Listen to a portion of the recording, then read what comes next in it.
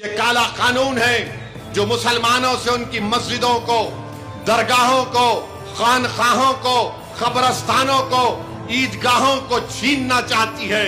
यह कानून इसलिए लाया गया ताकि मुस्तकबिल में कोई भी वक्फ ना कर सके। यह कानून इसलिए लाया गया ताकि मुसलमानों को उनकी इबादतगाहों से दूर कर दिया जाए। इसमें किसी भी तरीके से वक्फ को बचाने का कोई कानून नहीं है।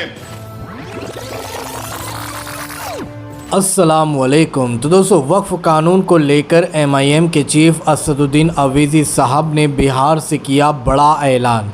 जी हां, बिहार से असदुद्दीन अवैसी साहब ने वक्फ कानून को लेकर एक बहुत बड़ा बयान दे दिया है, जो कि उनका ये वीडियो इस वक्त सोशल मीडिया पर काफ़ी वायरल हो रहा है। आप लोगों को असदुद्दीन अवैसी का यहीं पर पूरी वीडियो क्लिप दिखाऊंगा, लेकिन वीडियो दिखाने से पहले आप सभी से रिक्वेस्ट करना चाहूँगा, प्लीज़ इस वीडियो को ज़रूर लास्ट देखिए और जितना हो सके इस वीडियो को ज़्यादा से ज़्यादा शेयर ज़रूर कीजिए।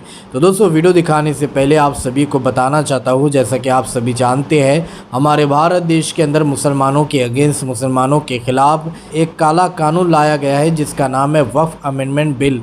जी हाँ दोस्तों, ये कानून मुसलमानों के लिए कितना ज़्यादा नुकसानदायक है यह आप अच्छे से जानते हैं, क्योंकि इस कानून को लाकर मोदी सरकार मुसलमानों के हक छीनना चाहती है। मोदी सरकार जो है इस कानून के ज़रिए से मुसलमानों को अपनी इबादतगाहों से दूर करना चाहती है। और इस कानून का सबसे बड़ा नुकसान ये होगा कि आने वाले मुस्तकबिल में कोई भी मुसलमान जो है अल्लाह के राह में अब ज़मीन भी दान नहीं कर सकता है, वक्फ नहीं कर सकता है। और भी बहुत सारी बातें इस वीडियो के अंदर MIM के चीफ असदुद्दीन अवैसी साहब ने किया है। मैं आप लोगों को सबसे पहले असदुद्दीन अवैसी की पूरी वीडियो क्लिप दिखाना चाहता हूं। आप सबसे पहले ये वीडियो क्लिप देखें, फिर आगे हम आकर आपसे बात करते हैं। रूल्स बनाए, ये बड़ा इनकंसिस्टेंट और गैर वाजबी काम नरेंद्र मोदी की हुकूमत ने किया कि जब मामला सुप्रीम कोर्ट में जा चुका है, रिजर्व फॉर इंटरिम ऑर्डर्स है, कम से कम रुक जाते अखलाकी तौर पर। मगर आपने एक रूल बनाया और रूल 6(1), रूल 10(1) क्या कहता है कि आपको 3 महीने के अंदर वक्फ रजिस्टर में जाना पड़ेगा। ये सबसे बड़ा प्रॉब्लम मुतवल्लियों को होगा। रूल 10(2) ये बोलता है कि डॉक्यूमेंटेशन, वक्फ डीड्स, ये सब चीजों को आपको रिकॉर्ड में देना पड़ेगा। नॉन कंप्लायंस में क्या होगा? रूल 7 सबसे खतरनाक रूल 7 है। 3C एक सेक्शन है इस कानून में जो कहता है कि अगर गवर्नमेंट में वक्फ बोर्ड में कब्जा होगा तो गवर्नमेंट एक सीनियर ऑफिसर को यह बोलेगी कि आप तय करो ये जायदाद वक्फ की है या गवर्नमेंट की है। अब आप बताइए, मोहल्ले में अगर कोई लड़ लेते, आप मौलाना के पास चले गए, मौलाना बोलते ठीक है मैं तुम दोनों के दरमियान में फैसला करूंगा, यानी और लोग बैठ जाएंगे, मगर वो मौलाना का ताल्लुक या उस बड़े का ताल्लुक उस दोनों लड़ने वालों से नहीं होता, ना उनके दोस्त होते ना रिश्तेदार होते, क्योंकि उनको आजादाना तौर पर अपना फैसला करना पड़ेगा। कानून में उसको प्रिंसिपल्स ऑफ नेचुरल जस्टिस बोलते।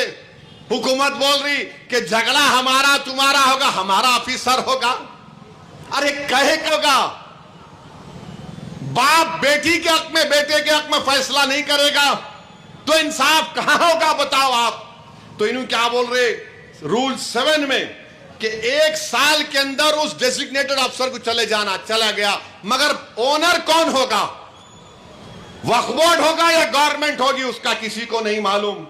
रूल 10(2) देख लो आप, रूल 10(C) देख लो आप। ये ऐसे रूल्स बनाए गए जिससे वक्फ को नुकसान होगा। Rule 10(2)O, 11(2)P। अब इस कानून में कह दिया गया कि अगर कोई कबायली है, आदिवासी है, तो वक्फ नहीं कर सकता। कैसे नहीं कर सकते भाई? भारत के संविधान में कोई भी आदिवासी मुसलमान हो सकता है। लक्षद्वीप का MP मुसलमान है, हमदुल्ला सईद आदिवासी है।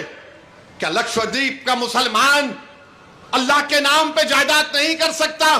तो आपने रूल बना दिया कि रूल 10(2)O, रूल 11(2)P जो 5th और 6th शेड्यूल में आता है। बताइए आप क्या है ये। फिर रूल 6(1) रिट्रोस्पेक्टिव, यानी पहले क्या हुआ था। यानी ये सब ऐसे रूल्स बनाए जा रहे हैं जिससे वक्फ बोर्ड का नुकसान कराना चाहते हैं। इसीलिए हमको अपने एहतजाज को कामयाब करना है। और याद रखिए, बीजेपी आरएसएस के पास एक लिस्ट है जो कहते हैं कि तारीख के किसी वक्त में मस्जिद नहीं थी। ये कौन तय करेगा इस तरह का काला कानून बनने के बाद। कलेक्टर को, डेजिग्नेटेड ऑफिसर को इतने पावर्स दे दिए गए रूल 3C में, और फिर हमसे कहा जा रहा है कि आपको डॉक्यूमेंट लाना पड़ेगा। अरे अगर 500 साल 600 साल पुरानी मस्जिद होगी, कहां से डॉक्यूमेंट मिलेगा बताओ। बल्कि मस्जिद हो, मंदिर हो, कहां से डॉक्यूमेंट आएगा 600 साल पुराना, कहां से आएगा डॉक्यूमेंट। मगर मोदी बोल रहे नहीं, डॉक्यूमेंट दिखाना पड़ेगा। अरे वक्फ यूजर को तुमने निकाल दिया।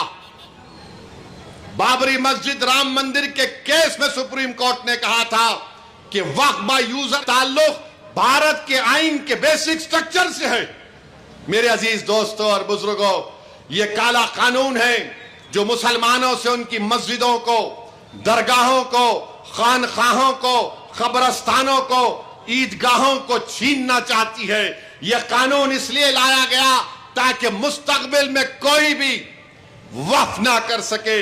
यह कानून इसलिए लाया गया ताकि मुसलमानों को उनकी इबादत गाहों से दूर कर दिया जाए। इसमें किसी भी तरीके से वक्फ को बचाने का कोई कानून नहीं है। क्यों 3C लाए? आसारे कदीमा है, कई मसाजिद आसारे कदीमा के मातहत आती हैं। मालिक अब वक्फ बोर्ड नहीं होगा, मालिक आसारे कदीमा होगा। माने बनाने वाला कौन? और आसारे कदीमा के नाम पर ASI उसका मालिक बन जाएगा।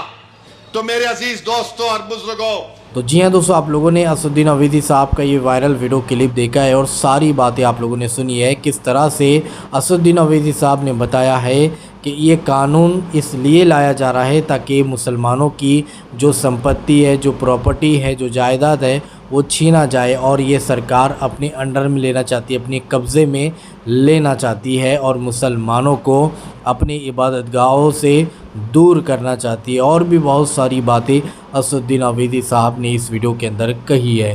तो दोस्तों, इस पूरी वीडियो को देखने के बाद अब आप क्या कहना चाहोगे, आपके इस बारे में क्या राय, तो कमेंट में अपनी राय लाजमी बताइएगा। तो चलिए दोस्तों, इसी तरह की इन्फॉर्मेशन लेकर आपकी खिदमत में एक बार फिर से हाजिर होंगे। जब तक अपना ख्याल रखिए। शुक्रिया।